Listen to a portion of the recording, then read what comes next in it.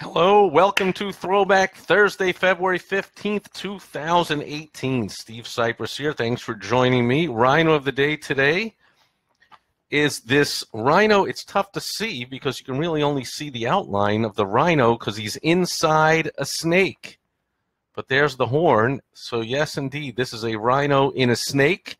It's from one of the many fun illustrations in Scott Alexander's Rhino trilogy. This one, the third and final one, the Rhinocerotic Relativity, where he goes off and goes crazy about what he calls the super cows. It's not just even the rhinos, the entrepreneurs, versus the cows, the 9-to-5 workers. These are the super cows, the government workers. They're the slowest and the least motivated and you can't fire them. They won't work. It's the most ridiculous thing. And so this one, the caption is that government, like snakes, can grow to the size where they become dangerous. Yeah, like the U.S. federal government, which is so whoppingly big that it puts such a crimp on our economy, and it's so tough to overcome it. And once the government starts a giveaway or any kind of benefit program, like there's not a chance that any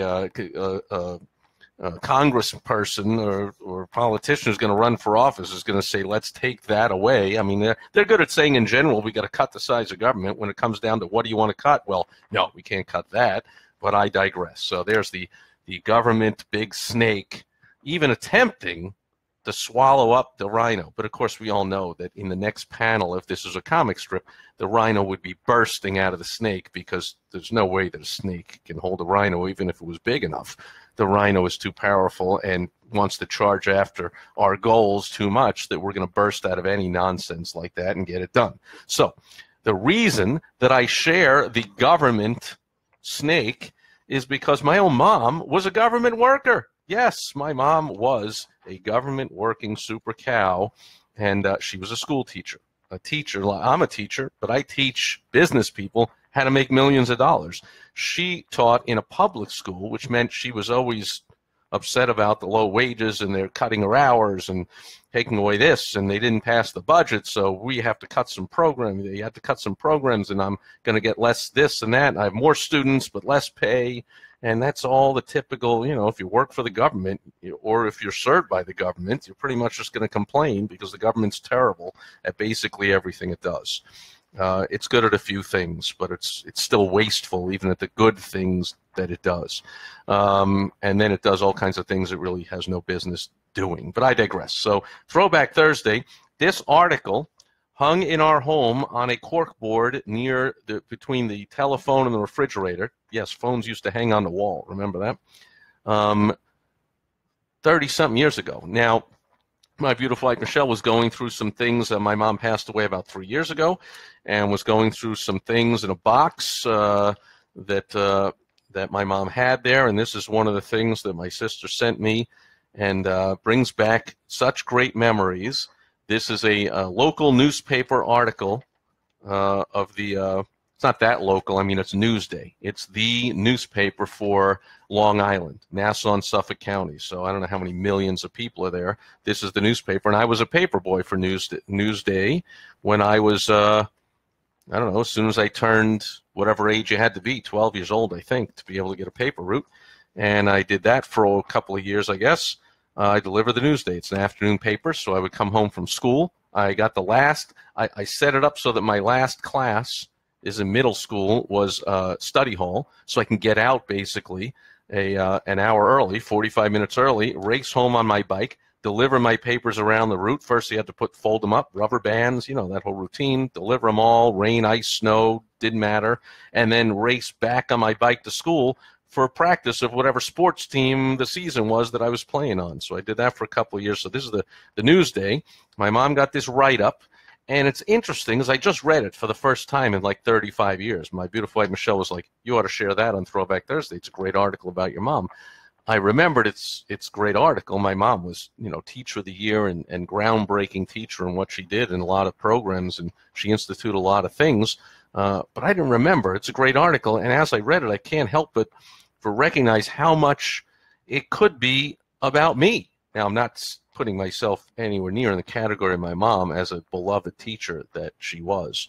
But it's amazing that how much of my philosophy towards life even is encompassed in this little article. So if you'll indulge me, I'll just read some of it to you. Who's here? Jim's here, Chris Bell, and my beautiful wife Michelle is here. Great to see everybody. See, honey, I'm taking your suggestion here. So first of all, the caption, the photo, is my mom who is talking to 3 of her students, and the caption says, at Great Neck North High, Lynn Sipress teaches English to Sylvia Berukim, Albert Haruni, and Humberto Alasso.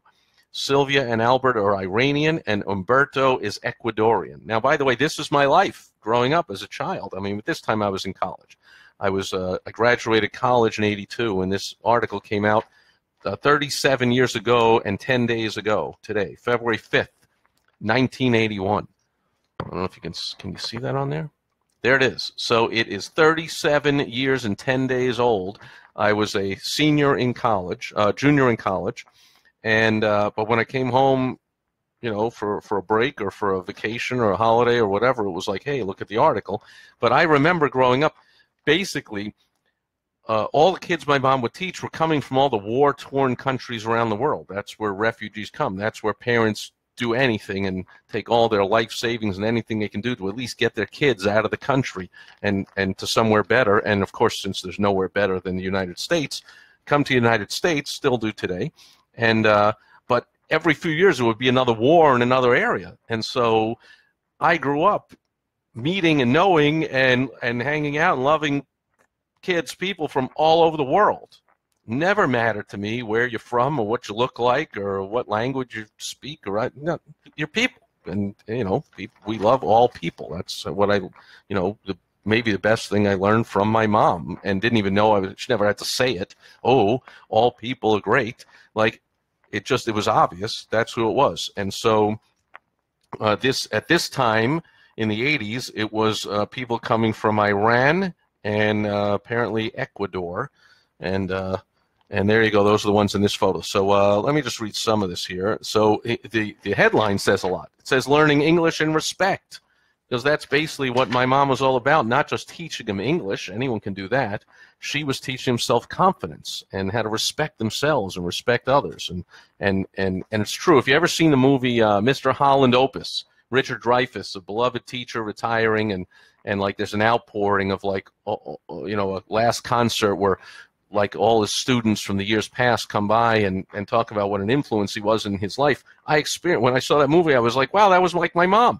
We would go around town, and anywhere we went around the town to have dinner, go to the movies, you know, it didn't matter what we did. Somebody owned all these businesses, were all my mom's ex-students. It was like, well, now, of course, she would go to the places where her students were the owners, so it's not like they owned every business in town, but certainly a lot of them, because maybe you know that, because it's still true today, that a much higher percentage of immigrants own businesses than people born in America. People come to the U.S. because it is the land of opportunity. People born here often think it's the land of entitlement. Like, hey, nobody's giving me a job. Well, nobody gives you anything. Go out and make yourself more valuable. Come on. So people come in from other countries, and they don't sit there and go, no one's giving me anything. You're right, no one's giving it. Well, nowadays, you know, we've turned into such a welfare state that people are getting all kind. If you go to the right sanctuary nonsense places, they want to give these people everything, which is the worst disservice you can do to them.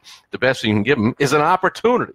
And that's what happened back in the day with my mom, and that's what she did. And so I'll read a little about the article. Thanks for the likes. Brett Olaya is here. So learning English and respect. So it says, vying for attention like siblings at a crowded dinner table, 6 teenagers sitting in a high school classroom noisily interrupted one another, laughed at public and private jokes, and chattered in sometimes less than perfect English. Yeah, that was my life growing up, surrounded by kids from all over the world, all laughing, having a great time, as if we were all in the same family. We all pretty much had the same mom, or my mom was like their surrogate stepmom. So we were all one big happy family of people, new family members coming and going all the time for me.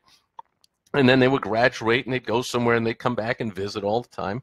And so the teenagers at Great Neck North Senior High School come from countries around the world, and for many, their classmates and teacher are substitutes for real families thousands of miles away. Yeah, that's what it was. My mom was the substitute mom for them. Their parents, again, had had taken everything they could possibly scrape up and borrow from all their family members and friends and neighbors, probably just to get their kids out of the country. So they came here with nothing, no mom, didn't know the language, didn't speak a word, nothing. And my mom could have just said, I'm your teacher, you know, bell rings, 3 o'clock, go home. But it was like, oh, no. My mom was like their mom. So the class is English as a second language. Like back then, it was almost an unheard of thing. What is this English as a second language? They had to say, in parentheses, ESL.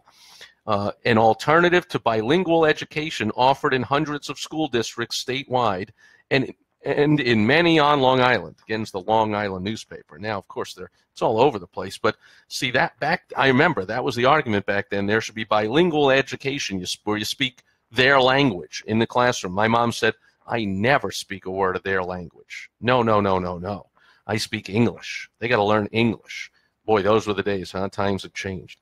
So my mom was like, I'm not doing them a service at all by speaking their language. Could she speak their language? Of course she could learn. I took 7 years of Spanish. She could, I could speak the language. She could speak language. No. Didn't matter how well she could have spoken it. She would never speak a word of anything but English in the school. So no bilingual education.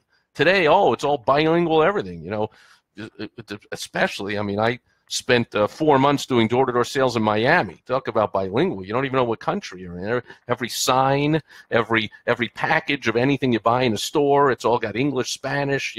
Then I lived in Boston for 17 years. They got French stuff up there coming in from Canada. You got French on the label, and what are you doing? You're not doing a service to these people by keeping them stunted in their growth of learning English, and they're not assimilating unless they're going to learn English, right? So there, my mom teaching them English. And this says ESL students attend regular classes while they also receive 1 or 2 periods a day of intensive instruction in English. And that would vary depending on how much they needed, of course. When they first came over, don't know a word, they would spend even more than 1 or 2 periods. It would be like half their day was with my mom. But as they went through the years, maybe they're just seeing my mom for a homeroom or 1 class a week. They don't really need it a lot anymore. And that's another point, like how much were they doing, spending time learning English as opposed to immersing themselves, being in the actual classes with other students where you better learn English, because even if it's a math class, they're speaking some English up there. So plus, minus, you better learn the words. So now they get into the argument here. Advocates of bilingual education, where the teacher speaks their language, argue that non-English speaking students will fall behind academically if they go to regular classes. But proponents of ESL, like my mom, who was an outspoken leader of the movement in New York, and she was on the boards of things, and she was at the forefront of all this, say, probably why they picked her to write the article, right? Say mainstreaming, they called it mainstreaming, attending regular classes is the most effective way of teaching English. You think?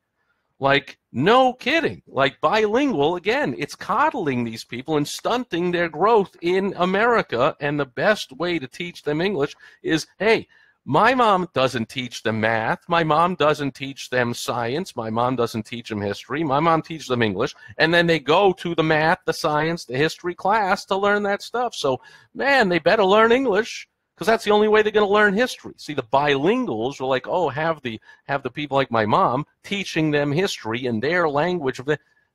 Not ridiculous. My mom was on the forefront of, I think, what now is understood, that of course that's how it is. But back then they were still arguing about it. And some, like Great Neck ESL teacher Lynn Sipress, say that the program teaches much more than just English. And this is what my mom was all about. Here's a quote from my mom.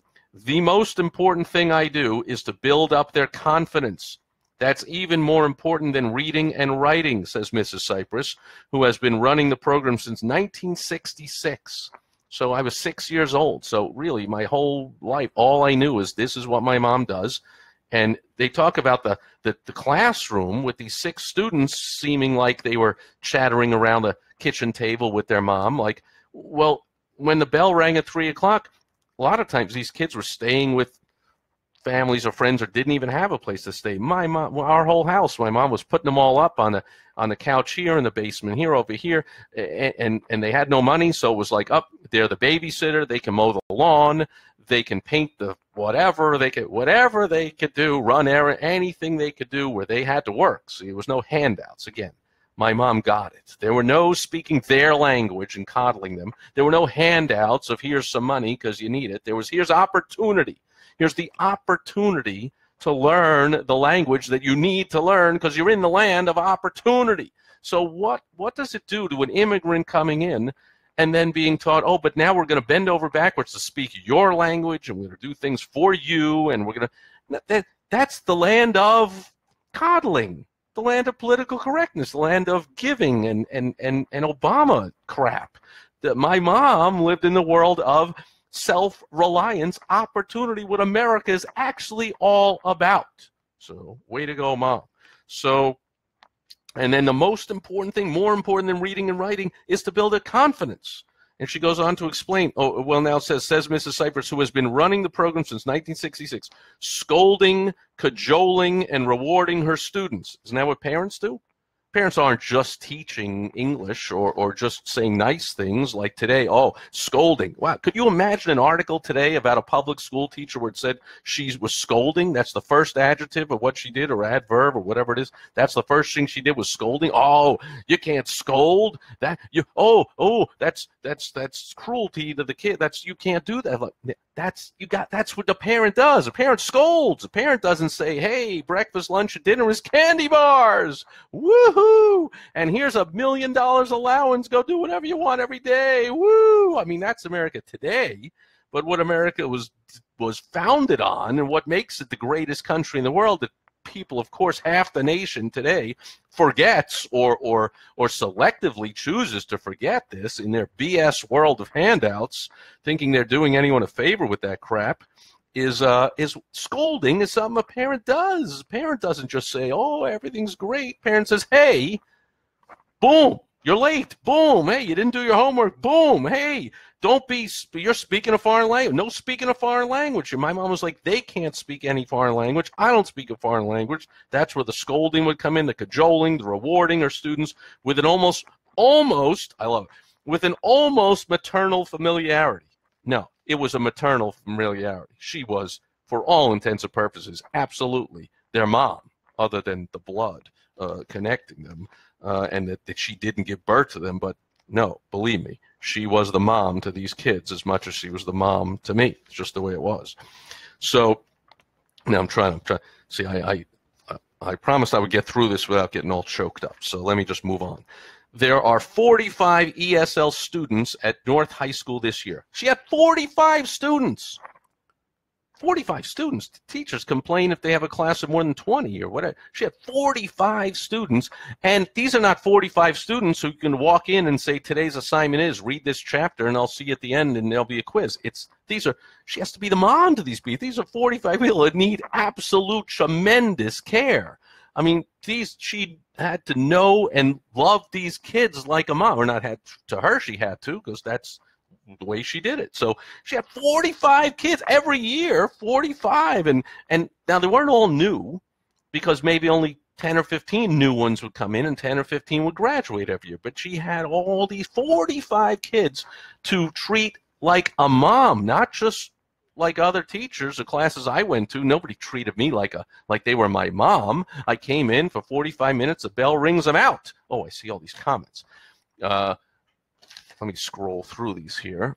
I got all caught up in the article. And how do I scroll up here? It's not letting me scroll up. I will have to check more often. Brett Elias says, opportunity is wonderful. Nothing like making things happen. Yeah, well, this is the world, the land of opportunity. So if you thought opportunity isn't wonderful, you're in the wrong country.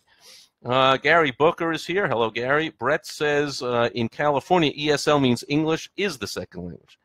I get the joke. Very funny. It's probably true. And Brad Elias says, I took French in school for 10 years. We were only to speak French. Right, that's how it was when I took Spanish for 7 years, from middle school all the way up to my first year in college. I took a class in Spanish, and when the best teachers I had were like, no English spoken here. Ben is here. Good to see you. Brett Elias is the land of entitlement. Yeah, unfortunately, half the country wants this to become the land of entitlement, and our last two presidents even, but especially the last one, especially was just Mr. Handout entitlement, just destroying the country's future. Dr. John is here. Great seeing you, Dr. John. And Christoph is here. Let me finish this article here. So basically, there's 254 students throughout the world. Now, here's another quote from my mom. These kids come to this country and they're lost. Their egos are totally deflated and they have nowhere to turn for support, says Mrs. Sipress. When I send a student out of this program, they will go out with their head high and they will do well. And again, I'm choking up, but that's what my mom was all about. Okay, not just teaching them English or teaching science or math or anything they teach in school. These kids are coming deflated. You think? They just had to leave everything behind. They don't even speak a word of English. They don't know where they are. They don't know how to do anything. They don't have any money. They don't nothing. And their parents very often were killed soon after they left. I mean, their whole community, the whole town was blown up. Like, yeah, they were shook. Their egos were deflated. They had nowhere to turn for support. So my mom said, I will not just teach them English and reading and writing. Their head will be held high, and they will do well, and they will have confidence when they leave my program. That's what my mom was all about, and that's why the title is Learning English and Respect, not just learning English. Oh, is this good or what? It's good for me. Her students, so thank you for indulging me, anyone who's still here. Her students respond. See, they respond. Students respond. Nowadays, students don't respond unless it's to be disgruntled and go home and kill everybody. Like, they don't really respond to teachers these days, do they? And teachers aren't even allowed pretty much to do anything to get a response. They have to be all politically correct and use the right pronouns. And, oh, you're scolded as a teacher if you call them by the wrong pronoun, and don't be politically correct. Holy crap. Okay, her students responded by treating the classroom as a home away from home, dropping in during free periods to sit in on more advanced classes. When Mrs. Sipress tells them other teachers think they can't speak English because they're so quiet in class, the students laugh uproariously and say, good, this way we'll get better grades, one student jokes. The students say they're able to follow the English in their regular courses. So they can follow the English. They just don't speak up. They're still shy, and they're still, trying to fit in. And maybe some people are even, I know, America, unfortunately, people are looking down on immigrants and foreigners. Totally ridiculous, but I know that absolutely still happens today. In fact, it still happens. There are people looking down on other Americans, for crying out loud. There's racist and all this crap going on. Will it ever end? But I digress. So, this is another understatement here. They treated the classroom as a home away from home. Oh, yeah?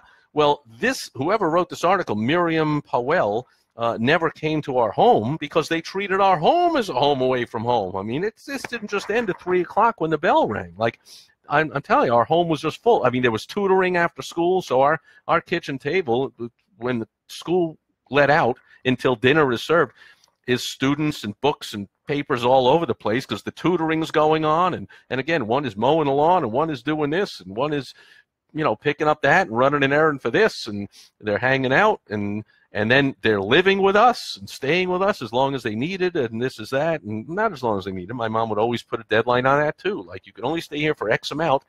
You got to find a place. You got to get out on your own. Land of opportunity, not handouts, right? So in emergency, there's a safety net. My mom said, you can stay for a limited amount of time because you're brand here and don't know anybody until we get you set up on your own. So I believe in the safety net for people that need a safety net, not an entire welfare generation after generation and food stamps and as a way of life. Total crap, okay? It's not how the world or how the U.S. Works. It's how it doesn't work, like for the last decades. And getting worse all the time, even though the current president has put some brakes on the thing. I have a feeling it's just going to get back to being handout city here. But anyway, let's finish it up here. So here's a teacher. Hilda says, this class is good because it's a place we can get together and talk without being afraid of making a mistake and having people laugh, says Hilda Aziz, 18-year-old, one of many Iranian students who have come to Great Neck in the past few years. Mrs. Sipress is strict, but she is a very good teacher in everything. You have to know how to read and write, but behavior is much more important. Knowing how to react to the outside world. Again, My mom was not just teaching them reading and writing. It was always with an eye towards the outside world.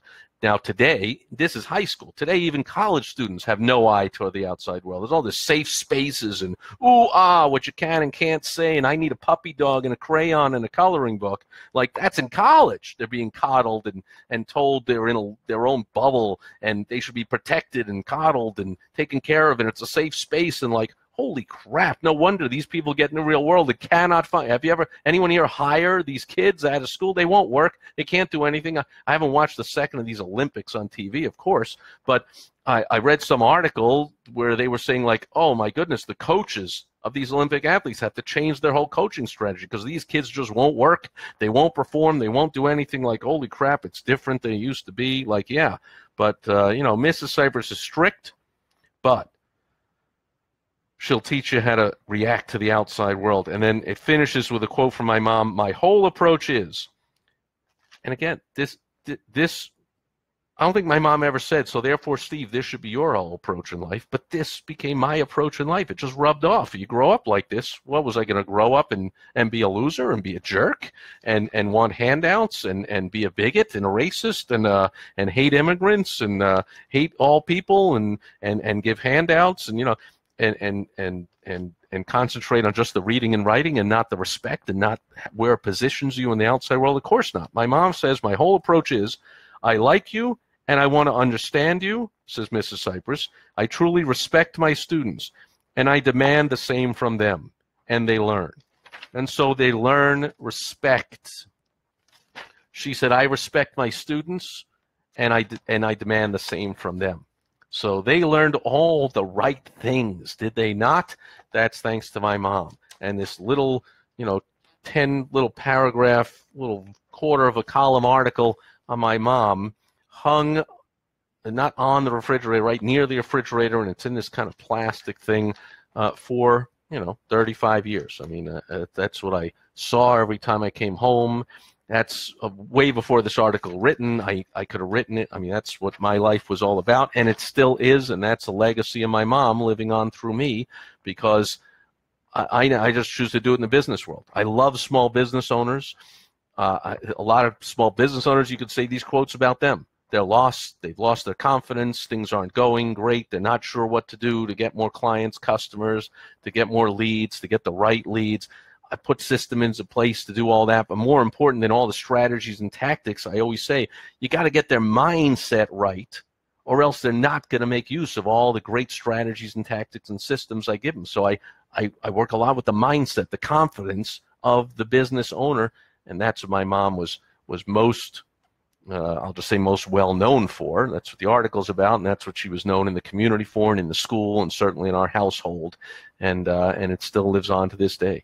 And by the way, another lesson in business, by the way, is back then the only way to get in the media was to hope that the media, this Miriam whatever, comes over to the school and says, man, I've heard of this great teacher, Lynn Sipress, and now she's doing all these revolutionary things, and her students are unbelievable. They're all going on to be award-winning this and that, and scientists and doctors and business owners, and what is going on over there? I got to find out. Nowadays, dear viewer, listener, however you're getting this information from this, whether it's on my podcast or my social media, YouTube, however you're getting this, we don't have to wait anymore to be interviewed and to be photographed for a newspaper. Like this, a newspaper goes out to 1 million people. Well, your Twitter account goes out to the whole world. Facebook can go to the whole world. We are YouTube, okay? We own the media now. So take advantage. Get out your video camera. Get out your keyboard. Write some articles. Start your own group on Facebook, on LinkedIn, wherever. Lead a group. Become a leader. Position yourself as the authority, as a leader. You don't have to wait till somebody else recognizes all the good you're doing. The responsibility is now on us. We've got to tell the world. We don't have to, but let's do it. Let's tell the world ourselves and not wait until someone deems us, oh, my mom won all kinds of awards and whatever. Let's not wait till somebody else says, you get all the awards, now you get some publicity. Get out there. We own the publicity now. Get on Twitter, get on Facebook, get on LinkedIn, get on Instagram, Pinterest, whatever all these things are. And there's new ones coming along every day. I'm doing it right here. I'm creating a video. I turn this video into a podcast. It also becomes a blog entry. It gets transcribed and it becomes a book, becomes articles. Like, I create my own media, even though I've been featured all over TV and radio and magazines and newspapers, and I get called for quotes and whatever. But you don't have to wait for that. Go do it. Take the bull by the horns, and even in this case, get someone to interview you. You know, there's plenty. Like, I run a podcast. You want to be interviewed in a podcast? Let me know in a comment here. If you have something to share of value with small business owners, I'll interview you for my podcast there. Then you get an interview. And then you'll be able to say, Steve Sipress said this about whatever, and put it on your website and put it all over the place. Get on some podcasts, get interviewed. The media, the radio, TV, newspapers, you know, they're all dying, by the way. They all got plenty of room, air time to fill up, and newspaper pages they need to fill up. And they have less employees than they ever had because their ad revenue is down. So they will welcome content that you give them to generate your publicity. My mom had no need, of course, being a government worker. She had no need to generate publicity. It didn't affect her income at all. It was affected her, you know, it was a cool thing to see. It made her feel great and some great validation, as if she didn't need any extra. But it was nice to get some validation for all the great stuff she was doing. And best of all, I'd say the only thing of all is that I still have it now, 37 years and 10 days later. I can still read it and get that swell of a feeling, yeah, that's what my mom was all about. That's what I got to be all about, to honor my mom. That's a legacy of my mom. That's who I am. And I'm now sharing this with anyone in the world that wants to see it, because I'm putting it out there everywhere, and anyone who wants can also learn from my mom, and that's the legacy and the rippling effect from my mom. So you do that too. Don't wait till someone comes to interview you and put you in the media. Get out there and get it done. Very good. I don't see any other questions, comments, concerns. Let's call it a day here for Throwback Thursday. Thanks again to my beautiful wife, Michelle, for suggesting that I share this great article about my unbelievably the world's greatest mom of all time, my mom, here on Throwback Thursday. I'll be back tomorrow on Foundation Friday. I'm speaking at an event over the next 2 days, so I'll be coming to you from a Hilton hotel in Paradise Valley, Arizona, somewhere on a break. I'll share a foundational business building tip with you from there tomorrow, and I'll hope you'll join me then. Thank you so much, and on behalf of my mom, thank you so much for being here with me today. Bye-bye.